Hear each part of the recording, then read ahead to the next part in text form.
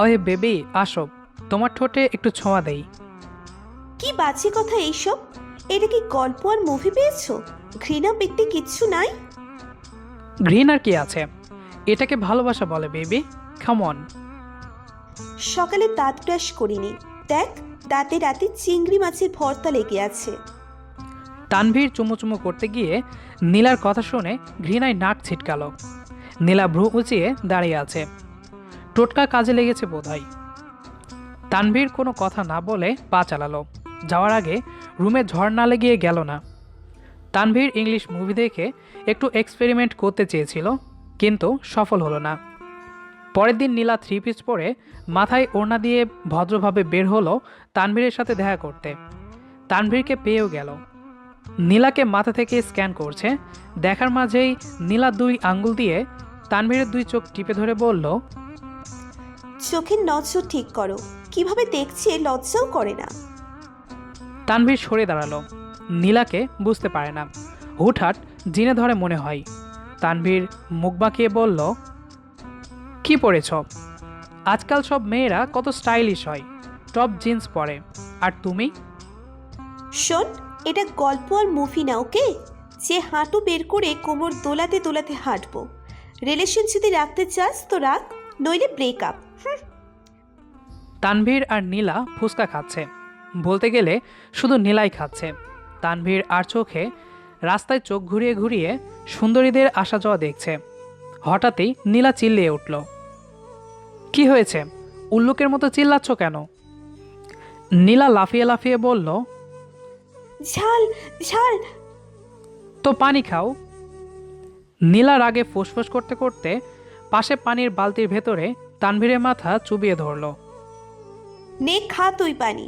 একটু পানি এনে দিতে যদি তোর এত কষ্ট হয় তাহলে আর কি করার। তুই তোর পানি খা, আমি গেলাম। নীলাভ হুড়হুড় করে চলে গেল। তানভীর হেলার মতো তাকিয়েই রইল। এই রাস্তায় নীলা কিভাবে পারল ওকে এভাবে অপমান করতে? চারপাশের লোকজন সব হাসাহাসি করছে। তানভীর মাথা নামিয়ে চলে গেল। কলেজের পরীক্ষা শেষে তানভীর আর নীলা বের হলো। তানভীরকে উদ্দেশ্য করে বলল, আজকে তোর সাথে বাসায় যাব, মানে তুই দিয়ে আসবি। তো চলো। তানভীর নীলার দিকে না তাকিয়েই বলল। গেট দিয়ে বের হতেই নীলা বলল, সাইকেল? হ্যাঁ সাইকেল। তোমার গল্পের নায়কের মতো আমার এত বড় গাড়ি বাইক নেই। যদি উঠতে হয় ওঠো, নইলে আমার সময় নষ্ট করো না।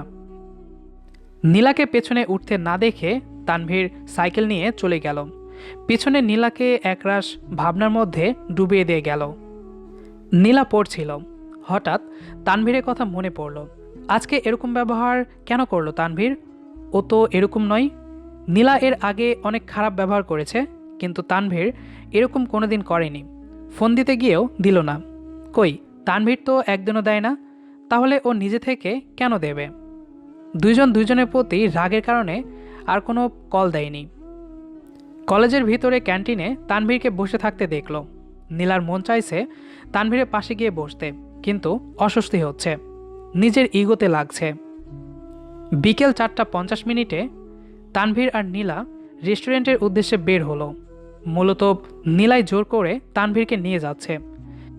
কাঙ্ক্ষিত স্থানে এসে দুইজন দুই চেয়ারে পাকিস্তান আর ইন্ডিয়ার দূরত্ব নিয়ে বসল।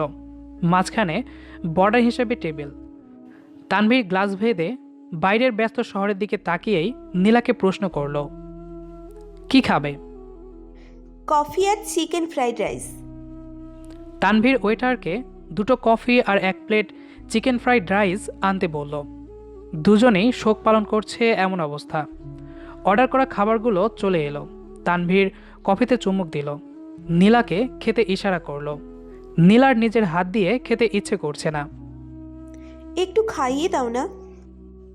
সৃষ্টিকর্তা হাত দিয়েছেন কেন? নিজের হাত দিয়ে খাও। প্লিজ। আমি তোমার গল্পের নায়কের মতো এত কেয়ারিং না।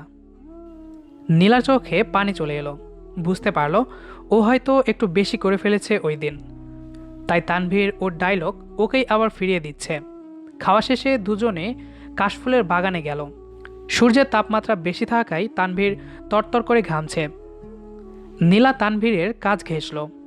নাকে বিচ্ছিরি দুর্গন্ধ আসতেই ছিটকে দূরে সরে বলল, তোমার গা থেকে এত গন্ধ আসছে কেন?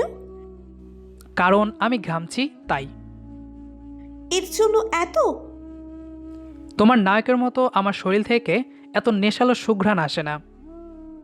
নীলা বিরক্ত হয়ে পিছাতে পিছাতে বলল, এরকম কেন করছো তুমি? আমাকে আমার কথায় ফিরিয়ে দিচ্ছ কেন? তোমার জন্য দেখি আমার গল্প লেখা ছেড়ে দিতে হবে। হঠাৎ কাদার মধ্যে ধপাস করে পড়ে গেল নীলা। পিছাতে পিছাতে আর খেয়াল করেনি। তানভীর দেখেও না দেখার ভান ধরেছিল। ঠিক হয়েছে, বুঝবে এখন গল্প গল্প করা কাকে বলে। নীলা চিৎকার করে হাত পা ছিটিয়ে কাঁদতে কাঁদতে বলল, কি দেখছিস? ওঠা আমাকে। পারবো না। তোমার গল্পের নায়ক কই? তাকে এসে ওঠাতে বলো। ভালোই ভালোই বলছি, ওঠা। নিজের পা দিয়ে ওঠো। তানভীর মজা দেখতে লাগলো। নীলা উঠে দাঁড়িয়ে কাদা জামা থেকে সরাতে সরাতে বলল, মাফ করে দাও, আর কোনো দিন গল্প গল্প করব না। বাস্তব আর কল্পনা মিলিয়ে ফেলেছিলাম। আর সরি ওই দিনের জন্য। চলো না আবার আগের মতো হয়ে যাই। তুমি যা চাইবে তাই দেব, গল্প বলে খোটা দেব না। তানভীর এবার তৃপ্তির হাসি দিল। তো যাই হোক, তারপর বলুন আমাদের আজকের গল্পটি আপনার কাছে কেমন লাগলো।